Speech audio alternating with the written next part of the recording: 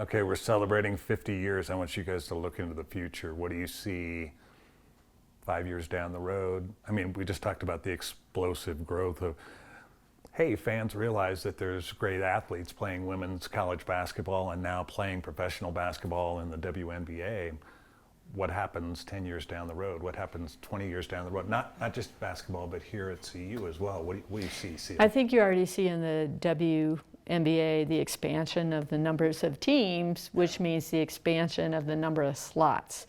So coaches are dealing with NIL right now and recruiting with NIL. I think there's also going to be who can get me to the WNBA. I mean, you see that on the men's side, not necessarily with Tad's program, although they do a pretty good job of it, but going pro.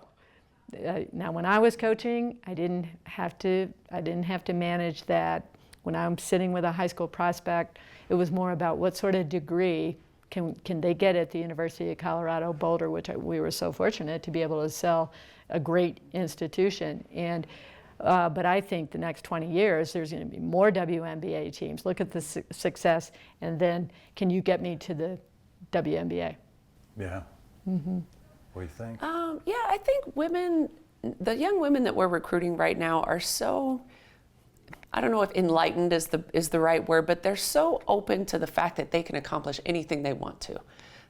Not only do they want to play, have a great college career, have a lot of success, strive for a national championship, but they want to play in the WNBA. But they also believe that when that career ends, they also want to go to medical school and be a doctor. And you know what I'm saying? Like these are some of the highest achieving young people out there. And I think our job as coaches right now, I always tell people it's not just X's and O's. In fact, the basketball is a very small part of what we do. It's fun, it's exciting, but it's a very small part of it is really teaching these young women that they really can have it all. They can have a great career, they can be a professional athlete, they can go on and be a professional in something else, they can be a great wife, they can have children, the sky is truly the limit. And so I think really just continuing to allow them to have these dreams, give them the opportunity to achieve these dreams, and just provide those world-class opportunities. I think as coaches, that's, aside from all the NIL and all the other stuff that's changing, the landscape of what we do, it all comes down to that. You can be anything you want to be, and why not do it here? I love it.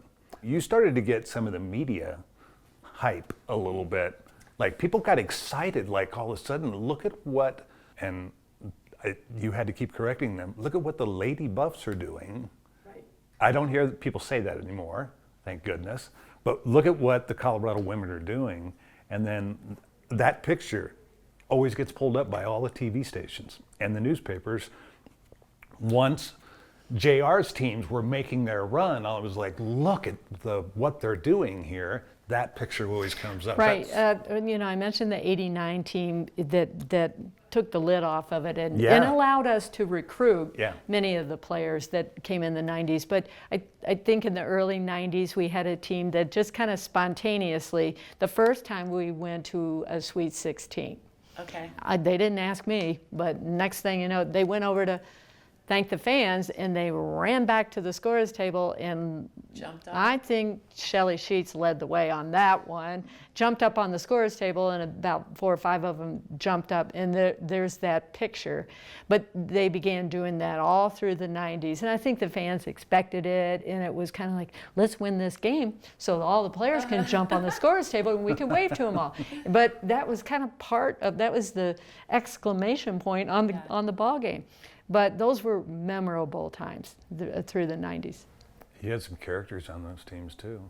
I can't imagine Shelly Sheets leading the charge of jumping up on the scorer's table. Shy one that she is. Well, for you brought Shelly back. Mm-hmm. Yeah. I was lucky enough to work with her for 1 year, and then you stole her from me. Yep, sorry, had to. But it's been such a wonderful thing for the program. But you've really, and I know we talked about this earlier, but you've embraced the history of Colorado, and it's meant a lot. I think it's meant a lot to the former players. Yeah.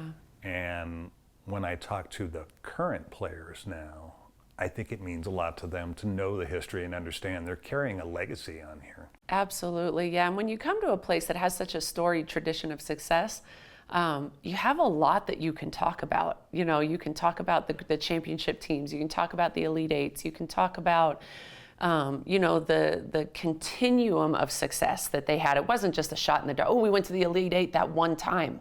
You know, it was 3 times we went to the Elite Eight. It was 5 times now we've been to the Sweet 16. It was, you know, and then having Shelly on staff is really great because I wasn't around for a lot of those championship teams.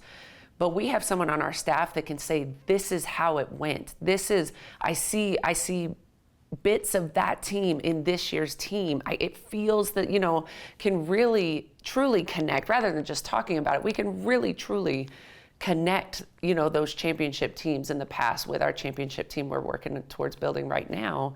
And that, I think, is really special. So even talking about, I would love for our team to be able to, when, you know, we need to play at home, the last 2 Sweet 16s, we've been on somebody else's floor, which was awesome. I do have to say, that's a lot different when you're on the road. I mean, I watched the games at K-State, and you know, it's very difficult to go on the road to get to the Sweet 16. And typically, Sweet 16 is neutral site. It's hard. It's hard. That Elite Eight game is hard. It's, you know, everybody wants to get there. Yeah. So. But we need to bring back that tradition of jumping on the table, I think. Yeah. I don't know. It's got to be a really big win, though. It can't just be Right.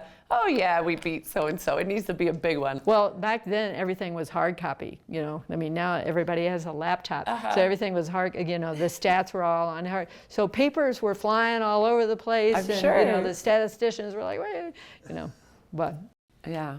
at It's that point, cool, I though. didn't care. Yeah, truly. You don't care about anything at that point. That's your problem.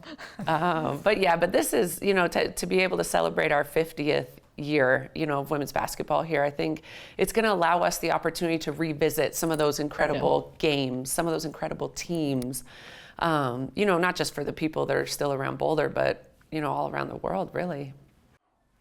I'm amazed at the people that have been fans for years and years and years. They come up to Carol, certainly start to come up to me a lot more often now, but they, you know, because Sheets is back, you know, to get to really talk to all these people. But, you know, Peggy and Betty have been The the twins. best fans in the world, the twins. They're phenomenal. And my relationship with the twins really is through my mother.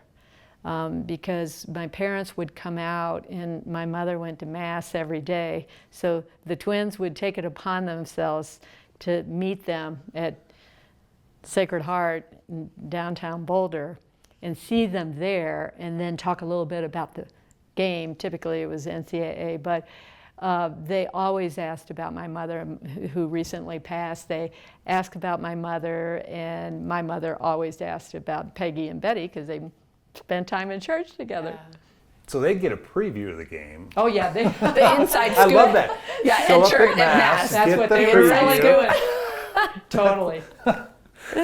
And then, of course, we've had them, you know, to walk into that kind of tradition and have them, you know, knowing that you knew about the twins. I mean, in the first year you knew about the Sure. twins, but just how important they are. Yeah, I think, you know, there's so many people that have loved CU and loved CU women's basketball for so many years, but probably nobody that has been as dedicated and passionate and loving of this program for that long. But it's wonderful to have, you know, to have icons like that who continue to show up, not just physically, but they show up in spirit and, you know, love and support these student athletes from wherever they are. This has been great. It's been very exciting. Head coach J.R. Payne, Hall of Famer, Ceal Berry, thank you for taking the time here. 50 years of Colorado basketball, and here's to 50 more, right? Yeah, amen. Absolutely.